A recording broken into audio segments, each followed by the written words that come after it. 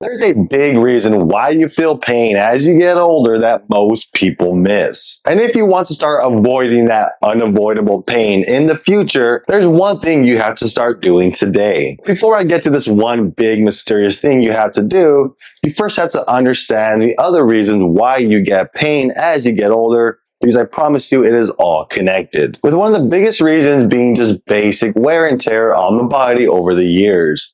All this includes different things like wear and tear on your cartilage, on the discs in your spine, having arthritis in the joints because it's constantly rubbing in one spot versus the other, or just having some sort of tightness in the body that's constantly creating some kind of pain or limited mobility. And of course, you also have other things that I'm not really going to be talking about here that I don't include in this list, but you also have things that are related to getting older, like Alzheimer's disease. Diabetes usually comes on as you get older, usually other autoimmune diseases, things like that. Now, all those little issues that basically come with wear and tear, they all have something in common, whether it's joint related or disc related or muscle related. And in order to understand that, unfortunately, we also are going to have to figure out why our doctors are giving us these specific treatments as we get older in order to help us with this pain. So this first one is going to be physical therapy, right? The whole idea of physical therapy is to help us get stronger, to stabilize the joint,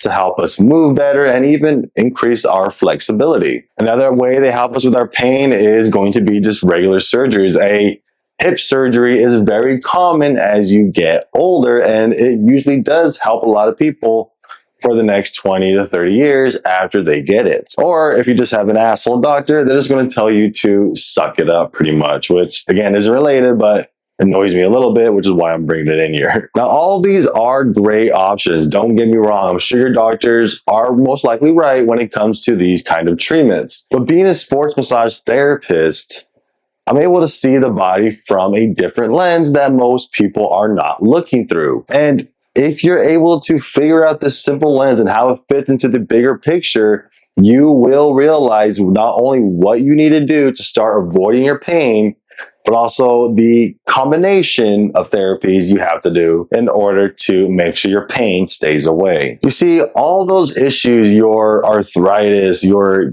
degenerative discs, right? The cartilage, tightness in the upper back and the neck. All of that has to do with tight muscles and fascia. And I'm not talking about the tight, stretched out muscles that you feel in your upper back. I am talking about the muscles, the everyday muscles that I call them, that you use that are chronically shortened and creating that tension in the first place. Now, obviously, I'm making up the word everyday muscles here, but basically what I'm referring to here is the muscles that are being shortened and contracted every single day, not the ones that are getting stretched out and elongated. And if you're able to help loosen and lengthen these shortened muscles first, then everything else becomes easier. And I do believe a lot of your issues are less likely to come up. And to understand this, let me just give you a basic example. We'll just talk about upper back pain here between the shoulders or even the neck. What you need to understand here is the agonist-antagonist relationship. Every muscle has an equal and opposite muscle, especially with the ones that help us move. Your biceps pull the arms in, your triceps pull the arms out. One contracts, one lengthens, and then they flip roles whenever the triceps contract. So with all that said, you have to think of this simple relationship and what position your upper back is in, the one that is feeling tight. Because here, those muscles are stretched out, those muscles are elongated.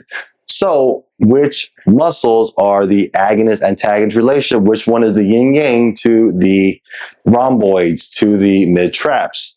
And the answer is going to be things like the pec minor, maybe even the pec major. So if one muscle in the back is lengthened and elongated, that means the other muscle is going to be shortened and tight. Now, what happens when we shorten and tighten a muscle? Well, the joints that is attached to, the bones is attached to, will move with it. So if we shorten and contract the pec minor, the pec major, what happens to the shoulders? What happens to your scapula? The scapula gets pulled out, shoulders gets rolled forward. What happens to your neck when the neck muscles are constantly contracted working on a computer? Those muscles get stretched out. Those muscles get tight. And again, the joints with them have to move along with it.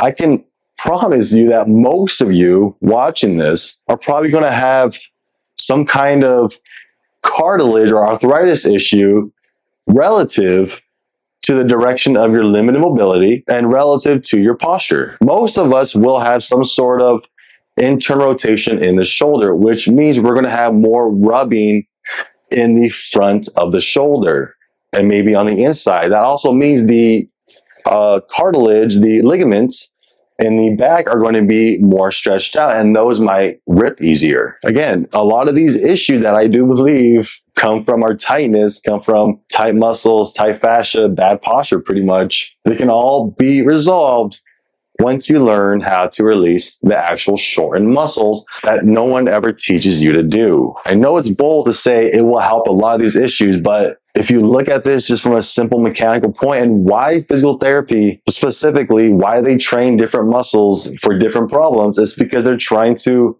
basically create support by pulling the joints back into place, or by pulling them away from a bad posture position for most people. This also explains the mobility issues a lot of people have.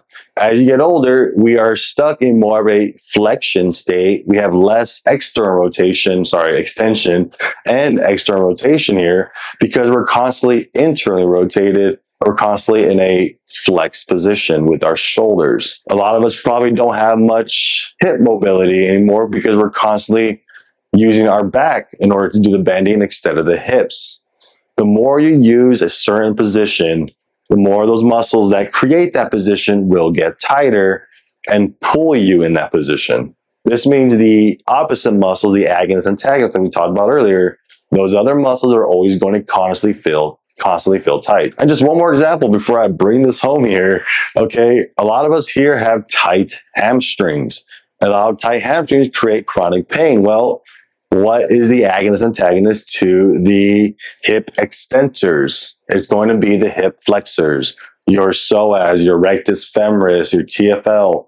Those muscles are most likely chronically shortened, chronically tight, and I can almost guarantee if you poked around there and got the massage, it'll probably be tender as hell. So the key here, after all my little rant, to getting rid of not only your pain, but avoiding that pain in the future, is actually going to be to loosen, to release, to massage out these short and tight muscles, usually located in the front of the body. And then after you're done loosening those muscles and helping them lengthen, then you do all of those different physical therapy exercises, which will then pull everything back and secure your body in a stronger, better position. Let me say that one more time.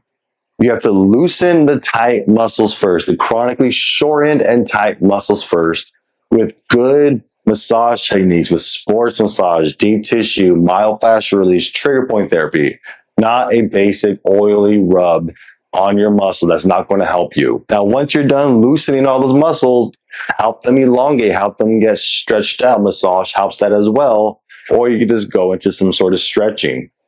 And then finally, once all those tissues are elongated and the joints are able to move back in place, because remember, it's getting pulled forward, then those exercises for the rhomboids are going to be a lot more effective because the rhomboids are not locked up.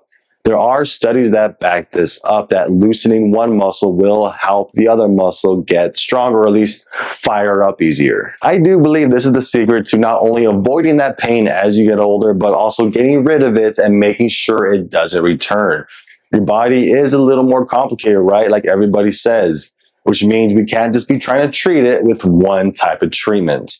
We need multiple treatments to affect the multiple issues happening at the same time. And if you want to learn how to do all that effectively, make sure to watch the video up in this corner.